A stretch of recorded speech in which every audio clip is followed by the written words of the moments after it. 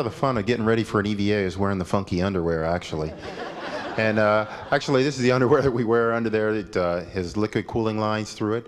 And then you don't really put the suit on, you get into it, as you can see. Well, there's no bathroom outside the spaceship. So if you're going to be working out there for 7.5 hours was my longest spacewalk, it's hard to hold your bladder for that long. So, in order to give the crew some relief, they used to wear, back in the early days of the shuttle program, and even before that in Apollo and Mercury, inside a spacesuit, they used to wear a plastic cuff on your body to accept the urine and store it in a bladder somewhere off in your leg of your spacesuit. But shuttle got better because they ditched that. It was a leaky, sort of messy affair. So they got better and created basically an adult diaper. And that maxi diaper was what you would pull on as your first layer when you're getting dressed for a spacewalk. So it's, you pull on your diaper first, then you get on your long john underwear that has the cooling water laced through the fabric to keep you cool when you're working at high metabolic rates outside. And then over your long johns, now under your long johns, you have a set of basically nylon underwear, then the long johns to keep you cool. And then you'd squeeze into the spacesuit, and that's got 14 layers of its own that fortunately you don't have to don individually. They're all built into the suit. So it's quite an elaborate process getting dressed, but that base layer is the diaper. And so if you have to go to the bathroom outside, then you can use that. And it's interesting that in free fall and weightlessness, fluid, of course, isn't going to run down your leg if there's a leak. It's going to bob around inside that paper absorbency product, and it really doesn't give you any problems. You just come back inside and then put it in a Ziploc bag and put it in the trash. Okay, I'll go to the box. Get all that adventure in work. Astronauts from the shuttle Atlantis are at this hour finishing up the job of attaching the science lab Destiny to the International Space Station. The 14.5-ton module was lifted from the shuttle's payload bay earlier and then mounted onto Space Station Alpha. The spacewalkers are connecting electrical, computer, and cooling and heating lines between the lab and the space station. I was just hoping that the door was going to work, so one thing at a time. So I was the lead spacewalker on that first spacewalk, so I had to rotate the doorknob or the hatch handle, and it worked. So then I had to get the hatch off the seals and put down on the floor. You look at the video or the graph behind you, and there's that open hatch in your graphic. And so basically I had to open that hatch. So get the hatch open and out of the way so we could pass through the airlock and go outside. So once I got the hatch out of the way, there is a thermal cover, a fabric cover protecting the outside of the hatch from the sunshine out there. And it's Velcroed onto the outside of the circular opening. And it should just flip right down. Well, that Velcro was really strong. And I had to battle my way out through this Velcro cover that was still preventing me from getting outside. And here's one more obstacle in my way. And I finally had to split my fingers up through the Velcro seal along the edge of the hatch, get my hand through, and then start to saw my way around the perimeter of the hatch. And a lot of sweating and a lot of hard breathing to get that out of the way and out. And then I could float outside. And that's when I felt a wonderful feeling of relief that I was going to get to start this great adventure outside after so much waiting and so much heartache of having lost those two spacewalks. So that was a very magical moment. I think I said something like, it's like opening a chapter on a new life. The space station had received the new laboratory on day 4. And so that was Marcia Ivins using the robot arm from Canada to lift the laboratory out and plug it into the front of the space station. So we were going out of the airlock as she was doing that. And our job was to assist in that installation process. So she did the alignment and movement of the lab, which weighed 16 tons, and she floated it. It's weightless. She floated it up against the hatch of the space station. Perfect alignment. They drove 16 motorized bolts to hold the two together.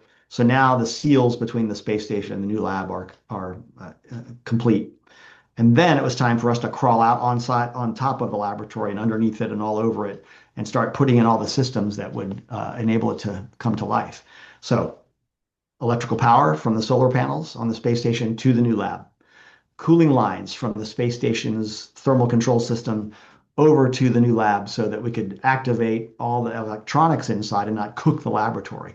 So the space station could take up that cooling job. So you had to put in 4 cooling lines that were vital.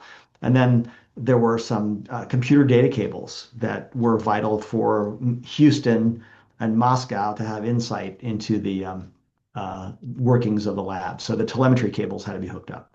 So those were the 3 top priority tasks, to get those utilities installed.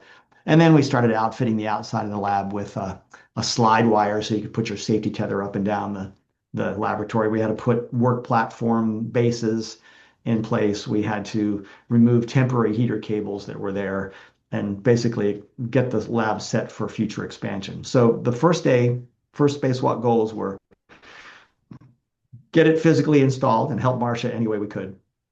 Then make sure the new laboratory had power and cooling and data.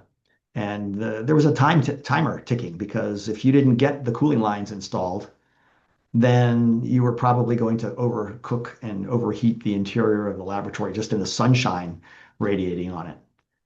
So that was quite vital. We had a front load all of those connections. And so a lot of time pressure. And when we, as you know, Bob Kerbeam had to deal with a leaky hose from the cooling lines. And that created a crisis because, again, if we couldn't get the cooling system activated, this heat's building up inside the lab and we could have ruined the $1.4 billion laboratory. So think of 4 air conditioning hoses going into your house from your compressor outside. And that's basically the thing that we had here. And so the first of the 4 hoses that he had to connect, he had to bend it over and plug it into a receptacle on the laboratory.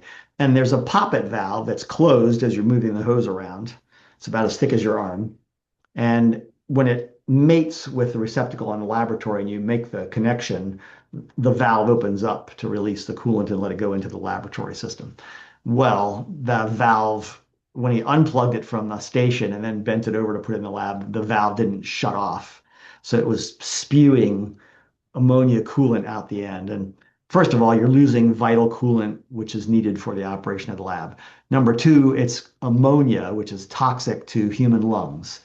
Fortunately, we were in spacesuits, so we aren't going to have any problems immediately from getting spewed on by a leaky hose. However, if you bring that back inside the atmosphere of the space shuttle with you, it's going to poison people. So we had to be decontaminated before we could come back in. So now we're outside with a leaky hose ruining the cooling system, plus we have a contamination problem.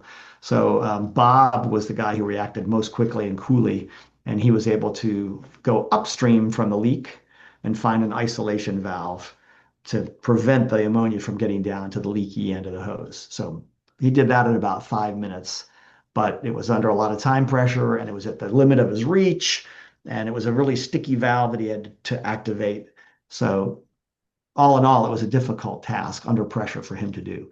Then I got up there to help him out, and we had to develop with mission control a plan to bypass that leak, find a way to install all the hoses without losing any more coolant. And, we developed that with mission control over the next half an hour. So eventually we got everything the way it was supposed to be.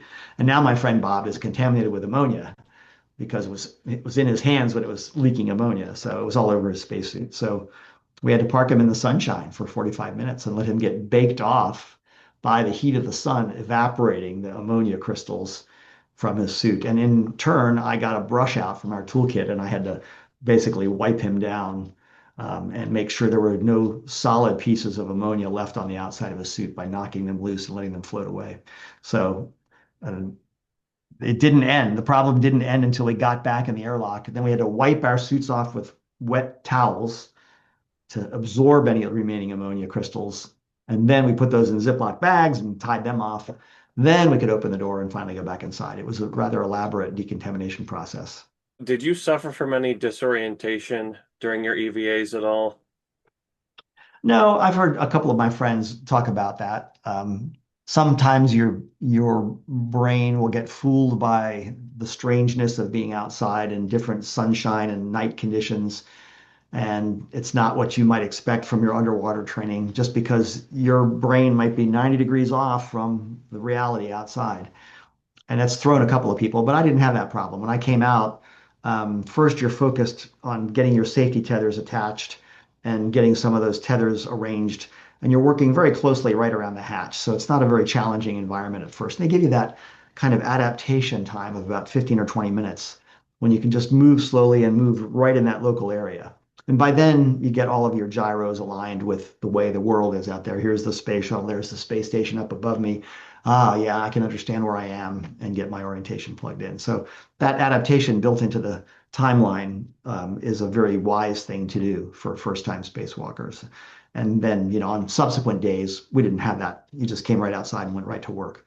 So I didn't get disoriented, but it was weird. That one of the weird things you would see is that, for example, I was standing on a platform on the space station, and Marcia was bringing the robot arm towards me, right in front of my face from about 10 feet away. And she was slowly bringing it close enough so I could touch it and work on the end of it. And while I stood there, I had this overwhelming impression that I was the one gliding toward the arm, and it was just sitting stationary. And my brain could not separate out those two kinds of motion. I knew intellectually the arm was moving, but it sure gave me this powerful impression that I was gliding forward on a conveyor belt right towards this thing. So, and it startles you when you can't make it make sense the way it should. So those are the kinds of things I saw, but never anything that was upsetting or disorienting. What was it like going into the module after installation? Well, the next day, day 5, spacewalk was done the first day, got the laboratory activated at the end of that day. We slept, and then the next morning, the two commanders worked together, went through the checklist. They were able to crank the handle and then open up the hatch, the front door into the new laboratory. So I had seen all that space of the interior of the lab on the ground many times when we were working with the lab during its testing. But here it is in space for the first time. You open the door, it's all bright and shiny and clean inside. And as a precaution, we wore goggles and masks because we didn't want to inhale any debris that was floating inside the laboratory or get anything in our eyes. But we've soon found that it was very clean in there. And so we got rid of that stuff. And then it was just a delight. It's a brand new room that nobody's played with in space before. So we all had fun standing on the ceiling or sticking out sideways from the wall and taking pictures of each other as we activated the systems methodically with the checklist that we had. So it was really good and satisfying in the sense that biggest goal of the mission is to deliver and install that lab. And so now we're inside it. So at least we're over the big hump. And now the rest of the work is to make it more useful and make it more, make it ready to accept all the tasks that would be done in that laboratory. And so that by the time our week was over, we could turn it over in good conscience to the space station crew and say, hey, you guys got it. It's as good as we can make it for you. It's all yours. The International Space Station Alpha is one step closer to beginning its scientific mission. The station's laboratory module called Destiny is now in place, seen here from the camera on the robotic arm of the shuttle Atlantis. The mission to Alpha this past week featured 3 spacewalks in which astronauts hooked up Destiny and added a docking port for future shuttle arrivals. The $1.4 billion Destiny won't be fully operational for a few years. Its 13 science stations were too heavy to bring all at once, so they'll be coming on future shuttle missions.